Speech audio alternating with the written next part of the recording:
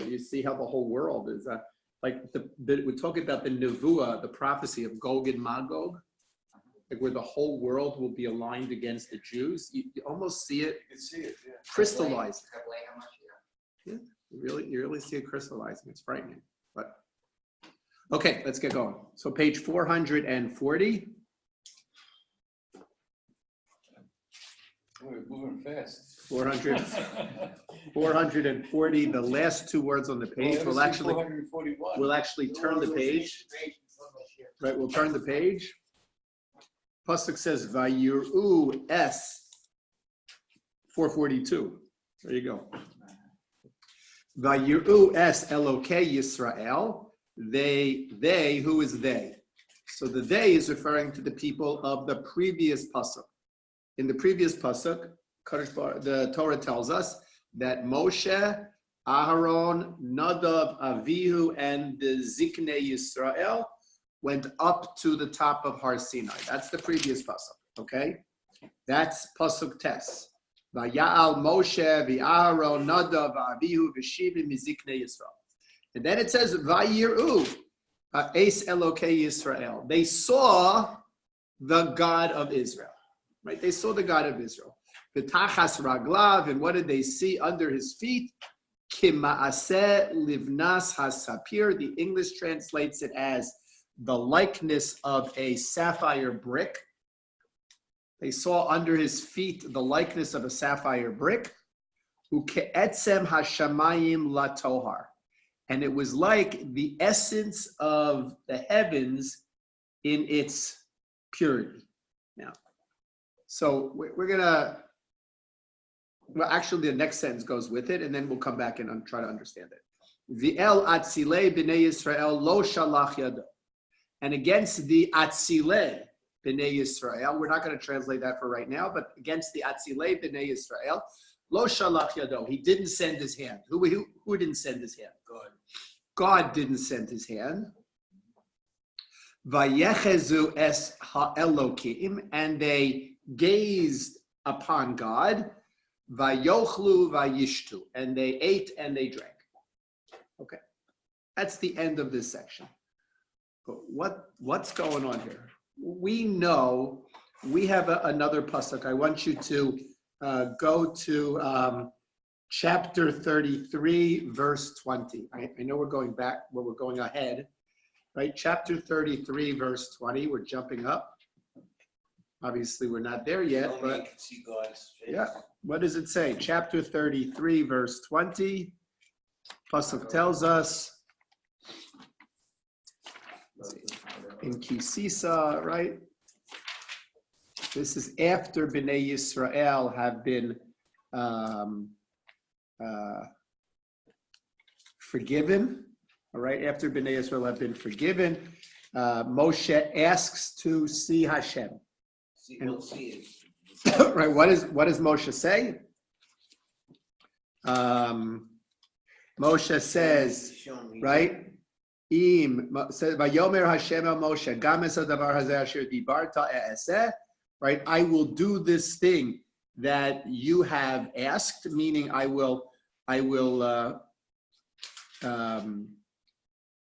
lead this people, right? Ki matzasa chen be'enai, right? Because you have found favor in my eyes, ve'eda'acha b'shem, and I know you by name. Exactly what that means is for another time. Vayomer, and Moshe says, Vayomar, Moshe says, Hareini na es kivodecha. Show me the beef. Right? Show me the money. Show me who you are. Hareini na es kivodecha. Show me your glory. Show me your honor. Vayomer, and Hashem says, Ani a'avir kol tuvi al panecha. I will cause all of my goodness to pass before you.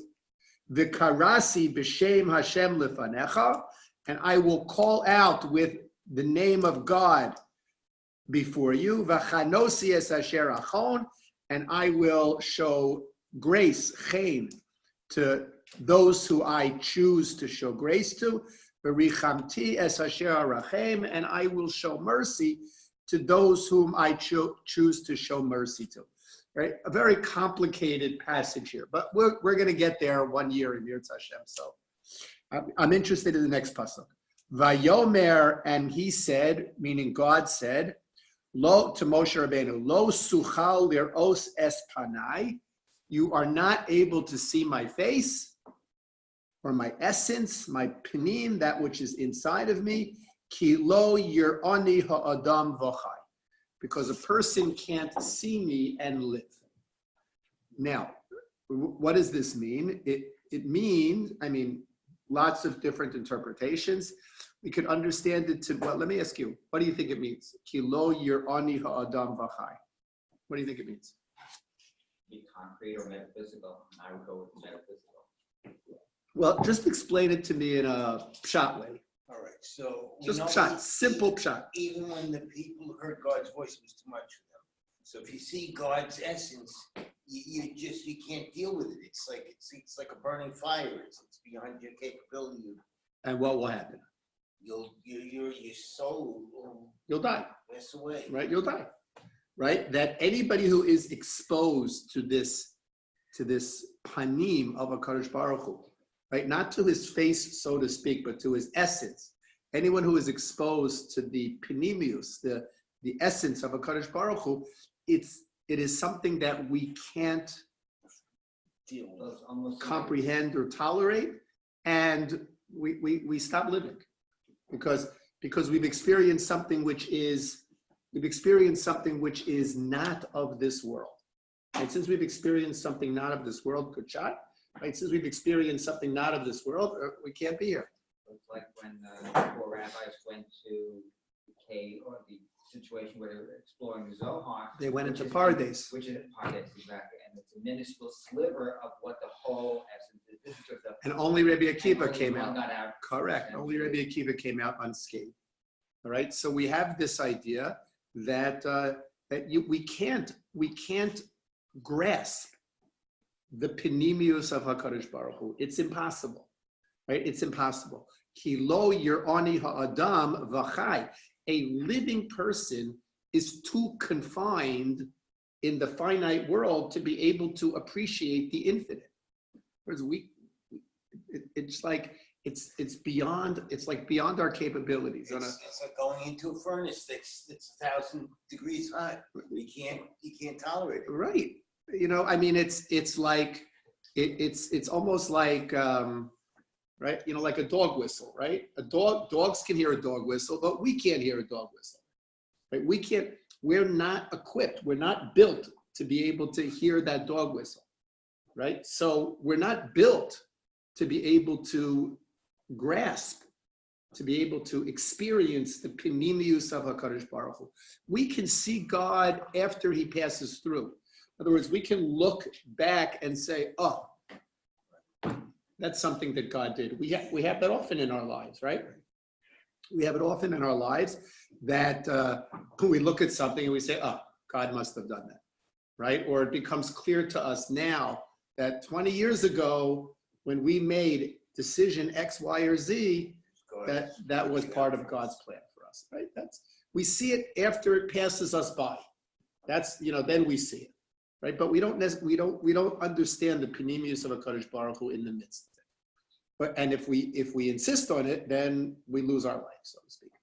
Okay, so given this pasuk, how do we explain our pasuk? Okay, because they really didn't see God.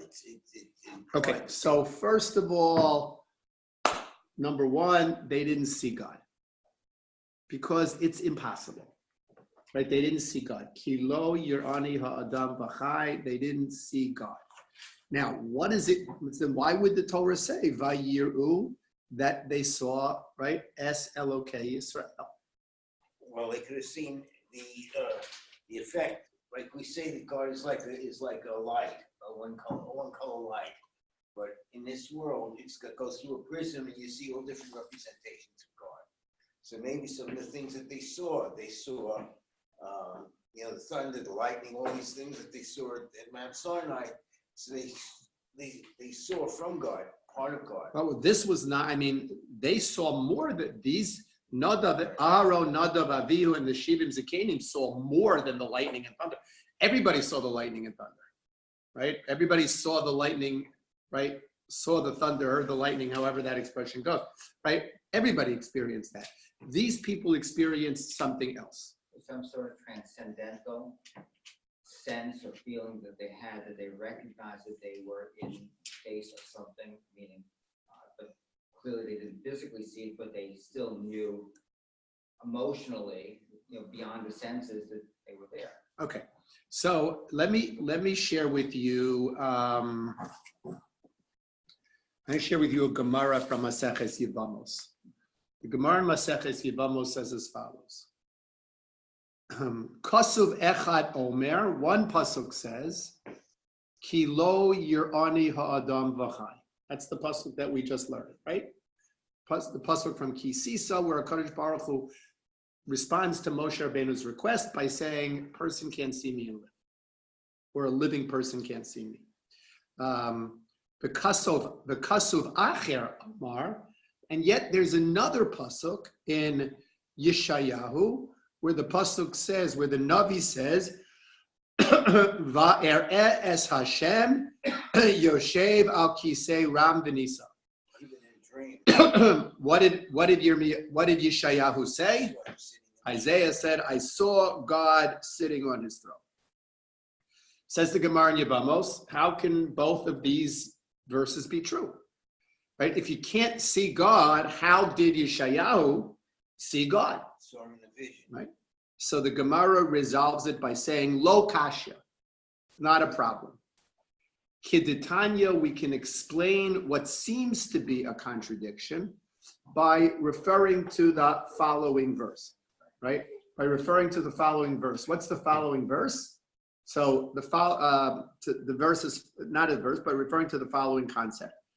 Kol haneviyim nistaklu ba'aspaklaria she'ena me'ira. All of the Nevi'im, all of the prophets, when they saw this, when they experienced their Nevuah, how was it? It was an aspaklaria, however you want to translate that, I don't know, right? An aspaklaria she'ena me'ira. It was a perception that was not clear, right? It was almost like blurred, like a blurred vision, if you will. An aspaklaria she'ena me'ira. Moshe Rabbeinu, however, when it came to Moshe Rabbeinu, how did he experience HaKadosh Baruch Hu? Aspaklaria ha'me'ira. Right? He experienced HaKadosh Baruch Hu in a crystal clear fashion. So what does this mean? So the Rambam, right? The Rambam in his Hilchos Yesodei HaTorah, the Rambam actually talks about different levels of Nevuah. Right? Different, in other words, what does it mean? What does it mean to be a Navi? What does it mean when we say Lokam ke Moshe od Navi b'Yisrael? What is it? Oh, so that's exactly what the Rambam says. The Rambam says that all of the Nevi'im experienced their Nevuos either b'chalom, in a dream, or b'mar'eh, in a vision. What does it mean in a vision? They didn't see it clearly. In other words, it wasn't something that they saw in front of them. It was a vision. It was the appearance of something. And that's what they saw. Moshe Rabbeinu was on a completely different level. And Moshe Rabbeinu connected to HaKadosh Baruch Hu when he had his Nevuah, when Moshe Rabbeinu interacted with HaKadosh Baruch Hu, thank you, and Moshe Rabbeinu interacted with HaKadosh Baruch Hu, it was be'aspaklaria me'ira. Because it wasn't a dream, it wasn't a vision, right? The Rambam wants to suggest that it was like Moshe Rabbeinu talked to HaKadosh Baruch Hu without there was no interference, no radio interference. With Nevi'im, there were other Nevi'im, there was radio interference. It wasn't clear. But with Moshe Rabbeinu, it was crystal clear. Many of the Nevi'im experienced not only a lack of clarity, but the vision they were shown was really a mashal. It was a a parable, if you will. It wasn't even, they weren't even shown, they needed to interpret it. Right? It wasn't even clear what a Kadosh Baruch Hu was showing them. They needed to interpret it. The most famous of that being, Joseph's dreams and Pharaoh's dreams. well, Yosef's dreams and Pharaoh, right? It's true, right? Those dreams needed to be interpreted. But I'm thinking of Nevuah. Bones. How do you think I'm that? thinking of Nevuah, the dry bones. The dry bones. Yechezkel and the valley of the dry bones, right? That Nevuah needed to be interpreted, right? I mean, what did it mean? So not only did a Kadosh Baruch Hu not speak directly to Yechezkel in an Aspakla Me'irya, in an Aspaklaria Me'ira, but Yechezkel himself had to interpret the mashal that a Kadosh Baruch Hu showed him. All right, so that's the difference between this clarity that Moshe Rabbeinu had, lack of any radio interference, lack of any vagueness, and the lack of clarity that other Nevi'im experienced. So we're talking about prophecy here. At the time of the first temple, there were hundreds of thousands of prophets and prophet schools, and presumably much lower level. But what validates a prophecy then? I mean, hundreds of thousands of people walking around back then, and they're working at it, and they have a vision or an idea or a hazy thought. How do they validate it?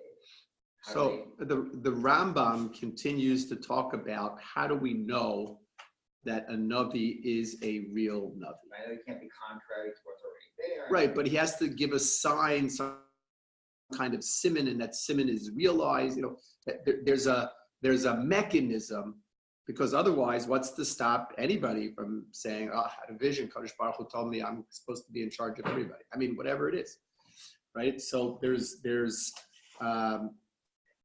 obviously, and the Rambam gets it from the Gemara, right? Clearly, there are measures by which we can tell who is considered a Navi MS and who is considered a Navi Sheker. And, what were those thousands of Nevi'im doing? Right? It's hard for us to understand, right? What does it mean there were thousands of Nevi'im? Right? Thousands of Nevi'im. That the relationship of Bnei Yisrael with HaKadosh Baruch Hu at that time was so close that people were able to be receiving these messages from HaKadosh Baruch Hu. It's sort of like HaKadosh Baruch Hu is broadcasting, but we're not able to receive it. We can't tune it in, right? We can't tune it in. It's like, I don't know, radio stations or broadband communications. You need to have the right equipment to understand, to get the signal, to receive the signal. What? All right. Okay. Well, that was talking about the idols. Right? It's talking about the idols. But basically, I mean, it's correct. We no longer have, with Ezra, Nehemiah, right? That's where Nevuah stopped, right? We no longer have that closeness with the Kadosh Baruch Hu. We don't have the ability to pick up the broadcast. But they did at that point. They picked up the broadcast. Now, it doesn't mean, obviously, we know there are certain Nevi'im who stood out, right? We know there was a Yechezkel, a Yeshayahu. We know there was a Michael and Amos. I mean, we know these, a Habakkuk. We know these Nevi'im, right? A Yirmiyahu who stuck out, right? So obviously there were individuals who received the Nevuah that was of national significance, of national importance. And others probably received Nevuah of, personal kind of Nevuah. All right. I mean, maybe about something to happen, something's going to happen, in a family. I'm just guessing, but obviously we know that certain Nevi'im, our Mesorah singles out these Nevi'im. I just wonder, because in the Hasidic world, Baal Shem Tov and the dynasties that existed, some of them are imputed to have a certain spirituality that they seem to have that almost maybe. Again, if we understand that HaKadosh, the channel is broadcast, it's open. Right? Kadosh Baruch Hu is broadcasting, but we don't have the tools to be able to get that to receive that. We don't have the ability to You don't have the intent. our reception is not good for whatever. We don't have the antenna. We're not, whatever it is, there's too much other noise. We don't hear it. So it's very possible that there are individuals who do have that ability, right? There are individuals in our day who have that ability. They've worked on themselves. The Rambam talks about how you have to work on yourself.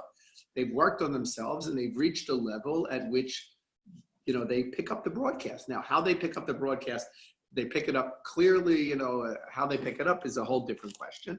But to come back to our topic, these individuals, with the exception of Moshe Rabbeinu, these individuals did not see God. When the Torah says, Vayiru Elokei Yisrael, that they saw the God of Israel, the first thing we have to understand is that they couldn't possibly have seen God.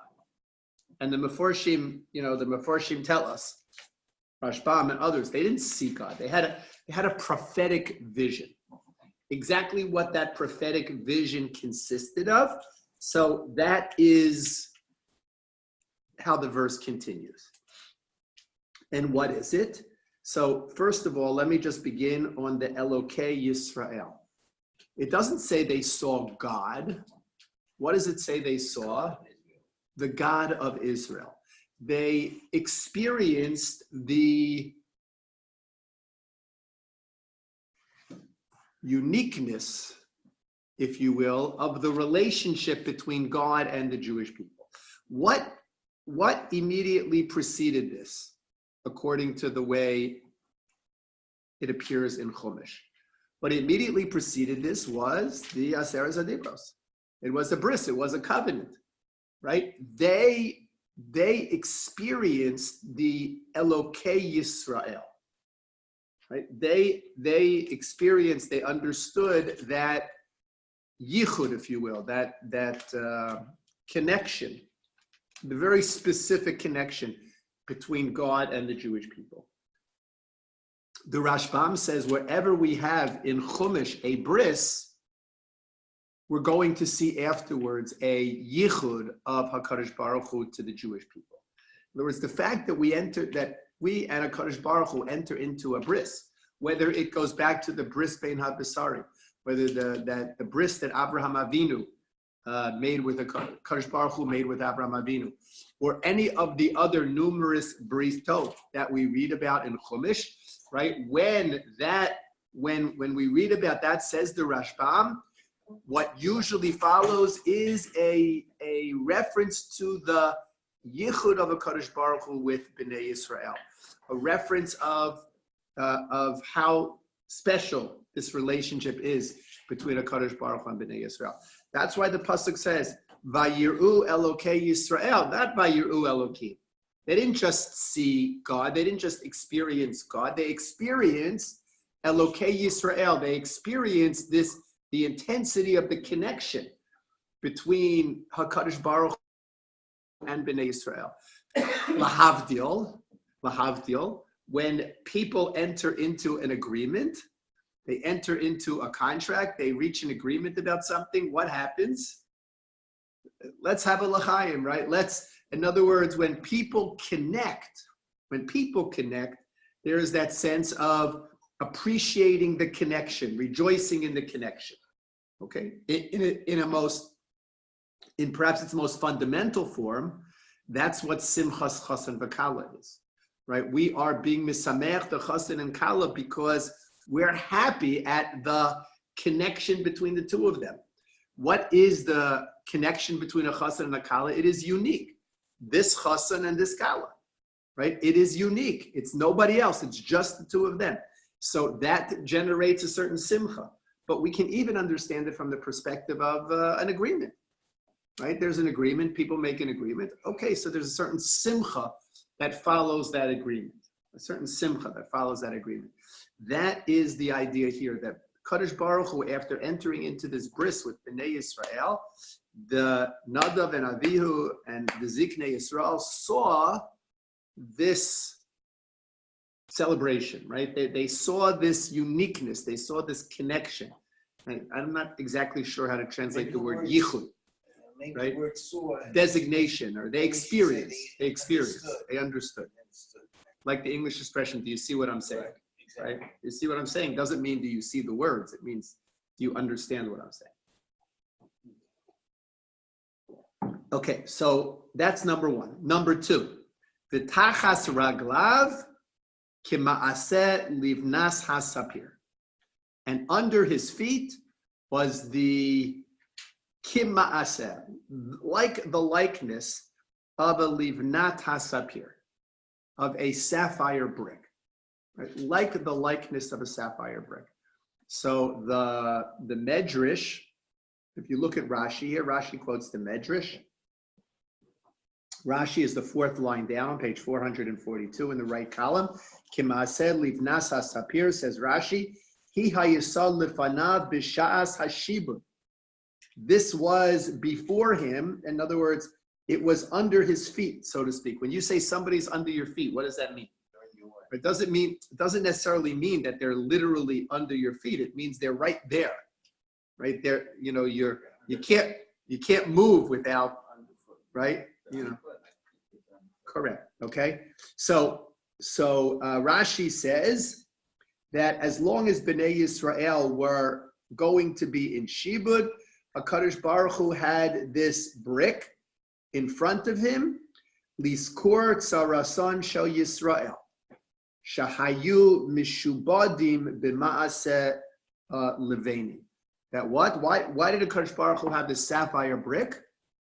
HaKadosh Baruch Hu had a sapphire brick to remind him of the bricks that Bnei Yisrael were being forced to make in Mitzrayim.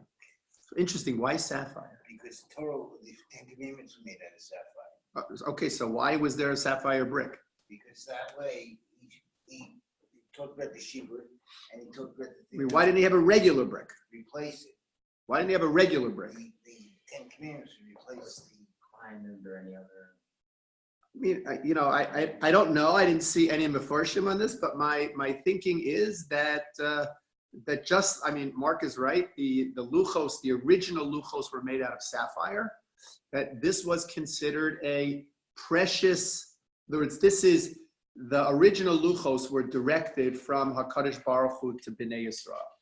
There was Hakadosh Baruch Hu gave them to Moshe. Moshe didn't have to do anything. He was just the receiver. HaKadosh Baruch Hu was the giver. He was the receiver. When HaKadosh Baruch Hu is the giver, he gives from that which is precious, which has a value. So we have to assume that sapphire, because of the way it appears to us, we have to assume that HaKadosh Baruch Hu used it to designate something valuable. 12 stones in the Urim and Thummim.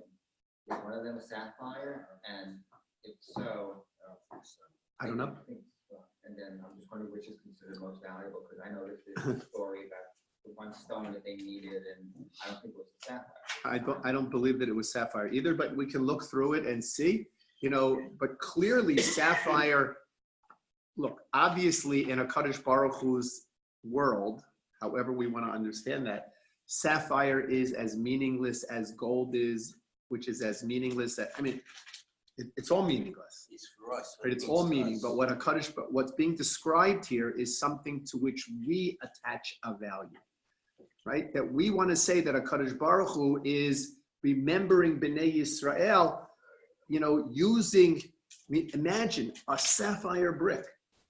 Right? If HaKadosh Baruch Hu had a regular brick under his feet, if HaKadosh Baruch Hu had a regular brick in front of him, okay, that's a madrega. But HaKadosh Baruch Hu, what kind of brick did HaKadosh Baruch Hu put to remind him? He put a sapphire brick to remind him. Okay? So this is the vision that they had. They have a vision of HaKadosh Baruch Hu's care and connection for the Jewish people. Elokei Yisrael, and at the same time, Livnat HaSapir. Right? Livnat HaSapir, the word Livnat here is connected to Livanim, as Rashi points out.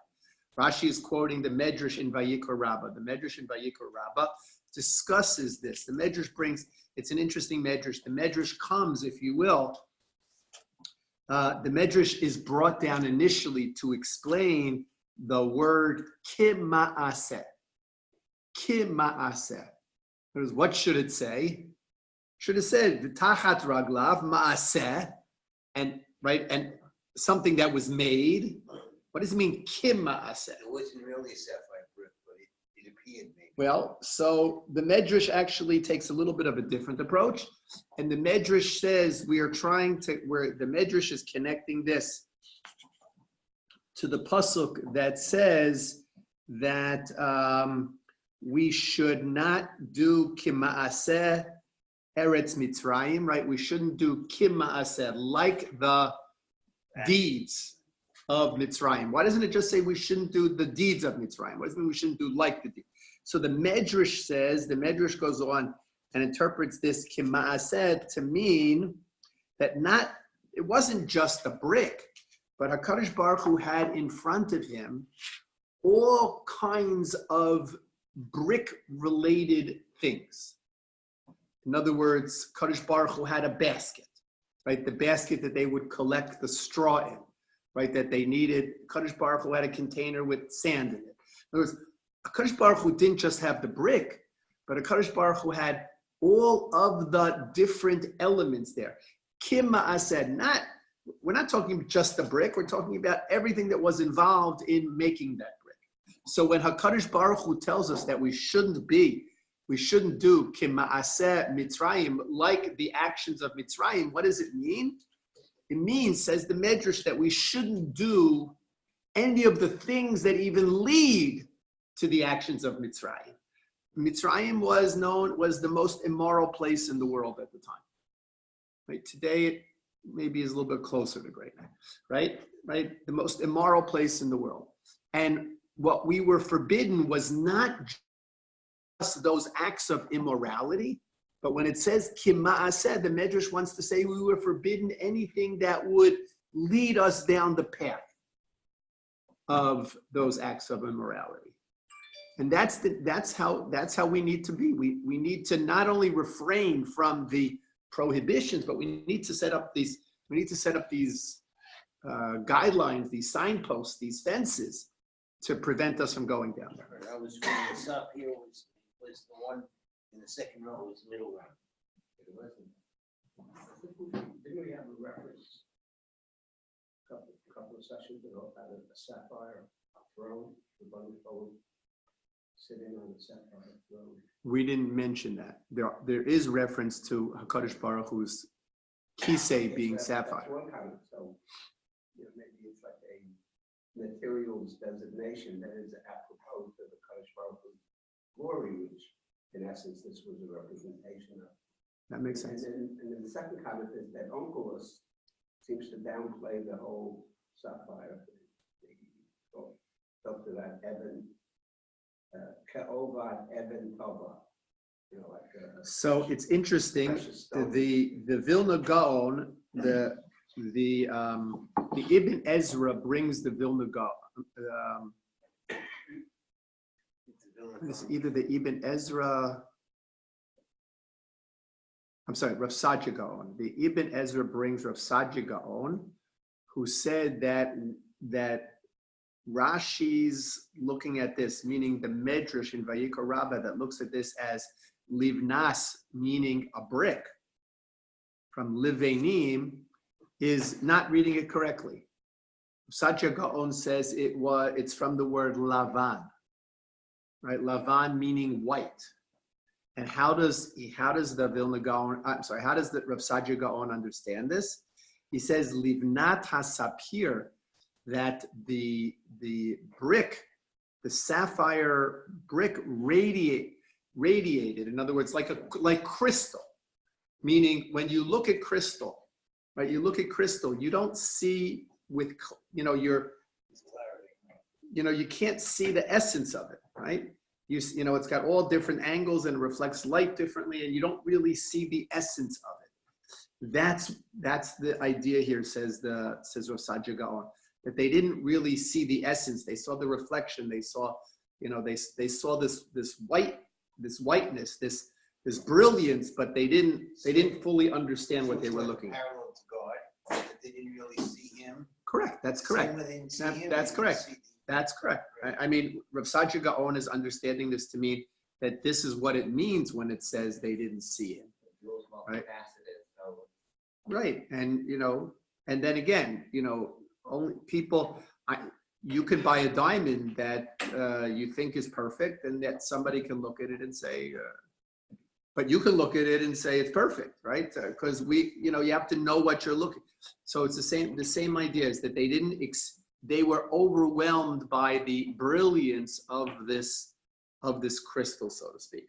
So that's, according to Rav Sadia Gaon, it has nothing to do with Mitzrayim. It has nothing to do with the Shibud of Mitzrayim. It has nothing to do with the brick.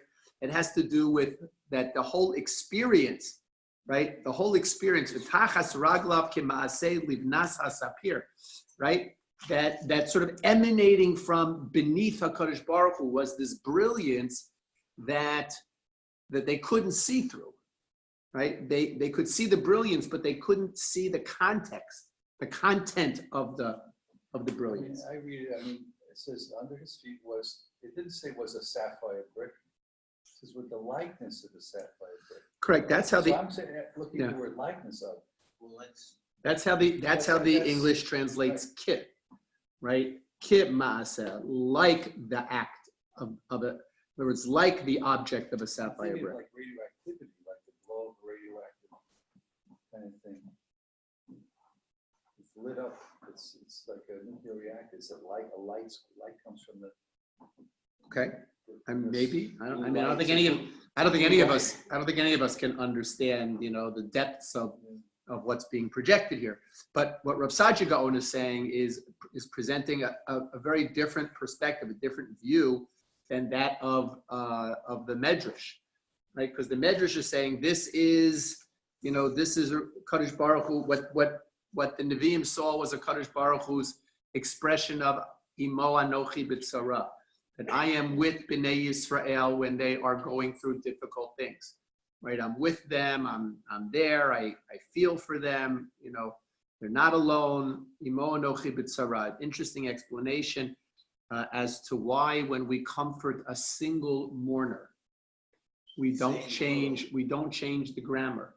We don't say hamakom yenachem osacha. We say hamakom yenachem eschem. We continue it in the plural. Why do we? It's a good thing to know. Why do we continue it in the plural? Because we realize that nobody ever sits shiva alone. HaKadosh Baruch Hu, even if it's one person sitting shiva, imo anochi b'tzara, HaKadosh Baruch Hu is there, right? So HaKadosh Baruch Hu, we are offering words of comfort not only to the Avel, but you're offering words of comfort to HaKadosh Baruch Hu, Kibiyachol, so to speak, as well, right? So that's here. I don't think this is useful at all, but I just noticed that the word hasapir is an anagram for spira. And you have 49 days, each day getting holier and holier until you get to giving up the Torah. And it's sort of like an elevation. So I'm trying to put it together and I'm not succeeding, but it just happens to be the curiosity. Okay, interesting idea. I mean, Right? right? Shivim panim la Torah, right? Especially something like this. Let's keep. That's a lot of faces. Facets. Let's continue in Rashi, and we see the rest of the Medrash. Right? Rashi says, "Uke'etzem hashamayim la tohar." Says Rashi, what does it mean that like the essence of the heaven in purity? So says Rashi, this Rashi quoting the Medrash, this is referring to the second stage. Umishenigalu, when Bnei Yisrael were redeemed, hayaor vechedva lefanav. What was there? When Bnei Yisrael, in other words, all the time that Bnei Yisrael were in Shibud Mitzrayim, they saw this brick in front of HaKadosh Baruch Hu to remind him of the tzara of Bnei Yisrael, right? That's the first part. And what's the second part? That when they were redeemed, when Bnei Yisrael were brought out by HaKadosh Baruch Hu, it was ube'etzem hashamayim latohar, right? Like this glow, this radiance, this joy, this celebration, right? So in effect, what did the Zikanim and Nadav and Avihu see? They saw a slice of Jewish history. In other words, they saw HaKadosh Baruch Hu in a slice of Jewish history, if you will. But you said this was like the Vesco, where they had to make an interpretation of what they saw. They had to interpret what it Well, was. we have to try to figure out whether they really did interpret. Did they interpret it correctly? Right? Did they get the message? Did they not get the message? That we're going to come to that. That's the next puzzle. But so that's this idea which is here now. According to Rav Sadia Gaon, it's the same thing. Kimaaseh livnas hasapir, the brilliance of this sapphire. Uke'etzem hashamayim latohar. It was so brilliant. The radiance was so great. It was literally blinding, right? That they couldn't understand. They couldn't understand what they were even looking at. So if that's blinding, then certainly looking at God would be blinding. Well, yeah, I mean, but we know that looking at God is deadly, right? You can't look at God, right? Kilo yerani ha'adam v'chai. It's impossible, right? It's not like if you look, you're going to get punished by dying. It's that as long as you're alive, it's impossible to fathom what it is.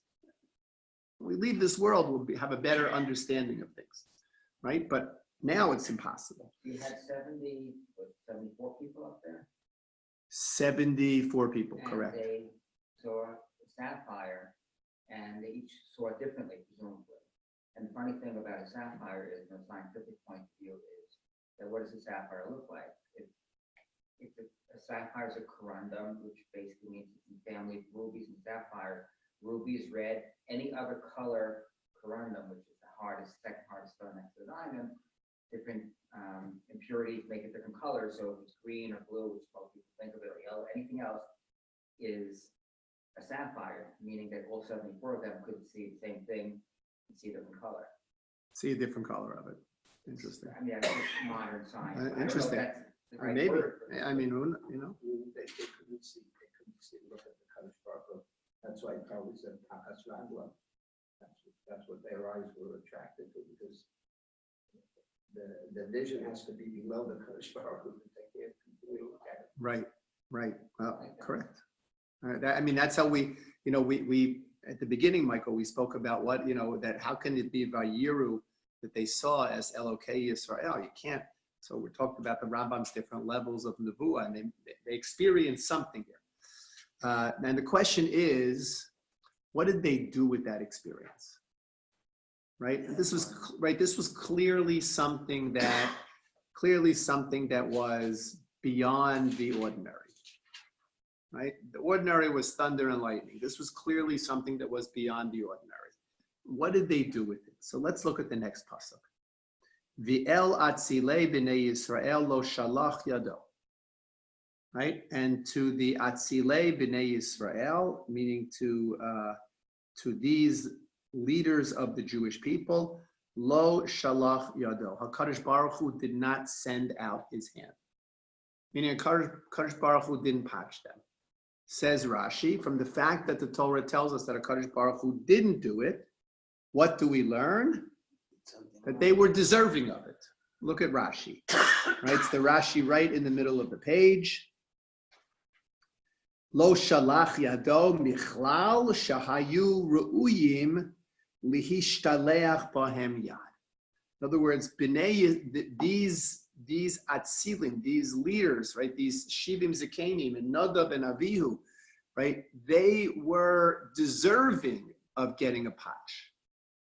That's how Rashi understands it. In other words, they committed a grave offense, and HaKadosh Baruch Hu should have patched them. And when we say a patch, we're talking about, not just a patch. We're talking about, a permanent patch, right? Cut it to strike them dead, right? So according to Rashi, these people, the Shivim Zikanim, Nadav and Avihu, will leave Moshe and Aaron aside for the moment. Nadav and Avihu, they deserve to be punished. Why did they deserve to be punished? Look at the end of the pasuk. The pasuk says, "Vayechezu es ha'elokim." They gazed upon God, meaning they experienced this revelation of the Shekhinah to whatever extent they experienced it. Vayochlu vayishtu. And what was their response? They went to Kiddush Club. Vayochlu vayishtu. They ate and they drank. How do we know that they weren't eating and drinking this experience, you know what I'm saying? Okay, we don't. In other words, a simple interpretation of Vayochlu Vayishtu means they ate and they drank. Who said they brought up a box lunch? Okay, we'll see. We'll see the different opinions. But the simple opinion is that they ate and they drank. Okay? Exactly what they ate and drank, Rashi doesn't deal with. Rashi doesn't talk about what they ate and drank, right? They must have had something. They must have had food with them. They must have carried food with them when they went up to the top of the mountain. They must have had some food with them. And they, despite the fact that they experienced this intense spiritual moment, they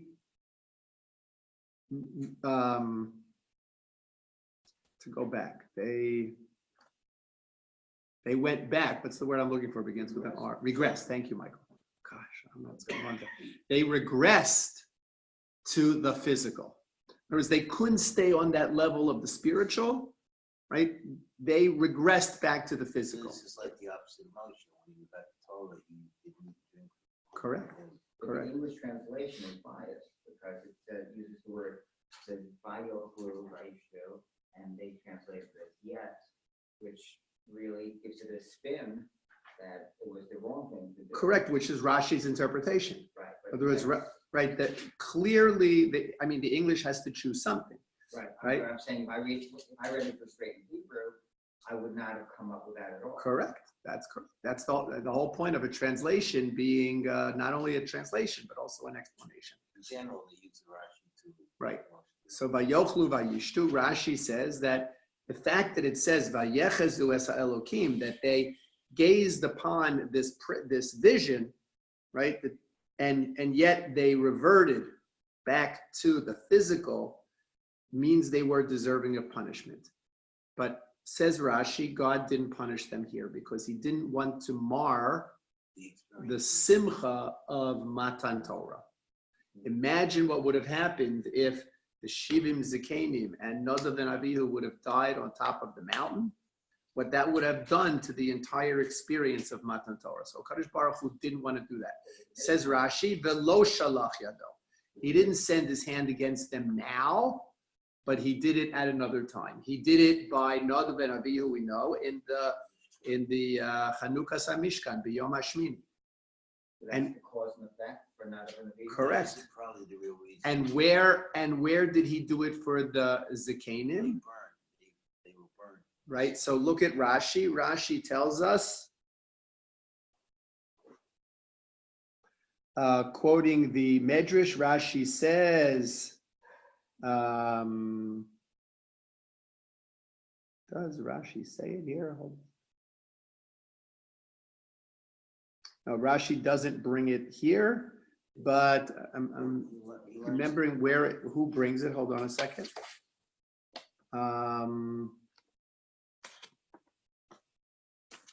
They learned it by inference because they said that they chose elders against it. So what happened to the ones that had already? They died. Right, but I didn't write it down. The source for this was the whole discussion about the